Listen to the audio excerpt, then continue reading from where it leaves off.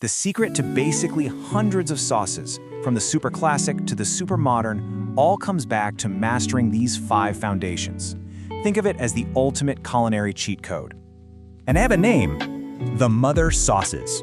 It's the perfect way to think about it, really. They're like the heads of these 5 huge culinary family trees. This whole idea was nailed down by the legendary French chef Auguste Escoffier. The deal is, once you get these 5 down, you can create countless children, or what we call derivative sauces, just by adding a new ingredient or 2. Okay, so let's jump in with the first 2 mothers. They're kind of a pair. Both are creamy, elegant white sauces. You've got Béchamel and Velouté. They look pretty similar, but there's one tiny difference between them that changes absolutely everything. First up, Béchamel. Now, I can practically guarantee you've eaten this sauce, even if you had no idea that's what it was called. It's that rich, creamy, delicious base for comfort food legends like a proper lasagna or a killer mac and cheese. The beauty of Béchamel is how simple it is. The base is just milk. That's it. It gets its thickness from something called a white roux, which is just a fancy term for a paste made of equal parts butter and flour, cooked just long enough to get rid of that raw flour taste. The result, that classic, mild, creamy, buttery flavor we all know. And this is where the whole mother sauce thing just clicks.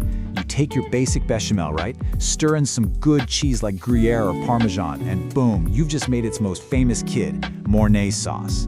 Add a spoonful of Dijon mustard, and now you have a perfect mustard sauce. It's a natural fit for pasta, veggies, or chicken. Okay, next up is Béchamel's very close cousin, Velouté. The name actually means velvety in French, and that is the perfect description. It's this incredibly silky, light sauce that's the backbone for a ton of amazing poultry and fish dishes. Now, here's the key difference from Béchamel. Instead of milk, the base liquid for Velouté is a white stock. Think chicken, fish, or even veal stock. It's also thickened with a roux, but this one's called a blonde roux because you cook it just a little bit longer. That extra minute or 2 toasts the flour and gives the finished sauce this slightly deeper, nuttier flavor. And from Velouté, you get these really elegant children. There's Supreme sauce, which is finished with cream and mushrooms, amazing on chicken.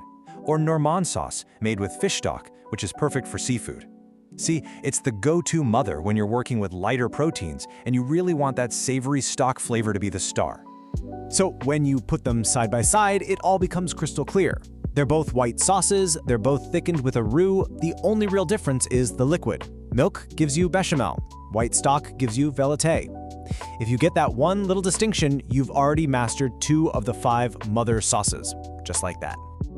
Okay, time to switch gears. We're leaving that light and creamy world and diving into something much deeper, richer, and heartier. Let's meet our next pair, Espagnole and tomato sauce. Let's start with Espagnole. This sauce is basically the granddaddy of almost every rich, dark brown sauce you've ever had poured over a steak or a Sunday roast.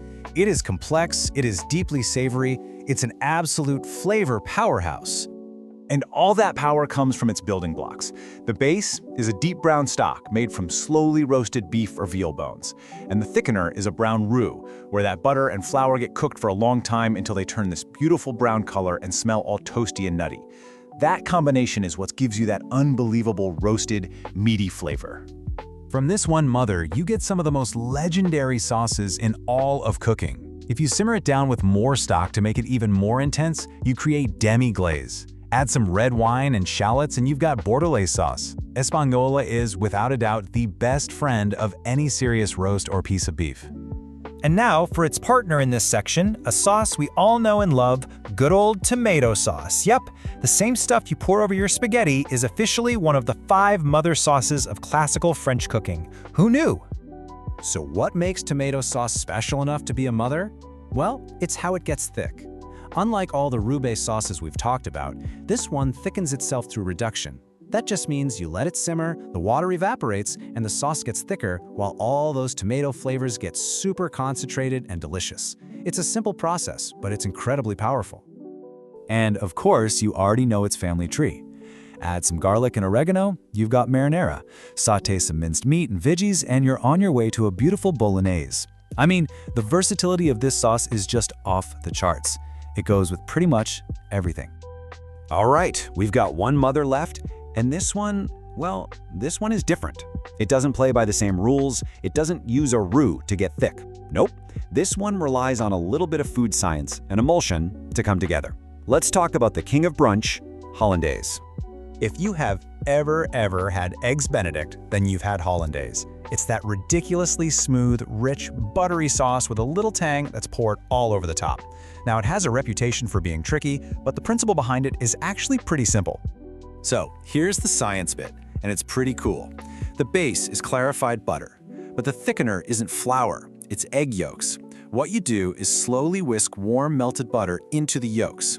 This forces two things that don't want to mix, fat from the butter and water from the yolks, to come together in a stable mixture. That's an emulsion.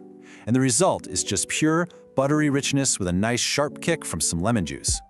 And Hollandaise's most famous kid? That would be béarnaise sauce.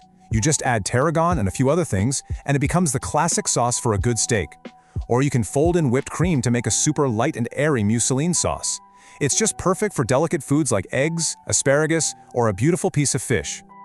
And there you have it. We've met all 5 matriarchs of the sauce world. So now, let's just pull it all together one last time and see how this amazing system unlocks, well, pretty much all of sauce making.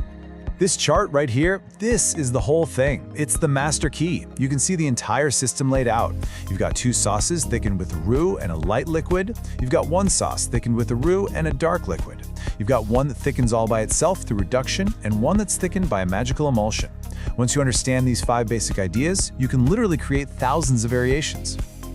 You know, knowing this stuff does more than just make you a better cook. It completely changes how you look at food. It takes all the mystery out of a restaurant menu, and it gives you so much more power in your own kitchen. So really, there's only one question left. Now that you've met the family, which mother sauce are you going to make first?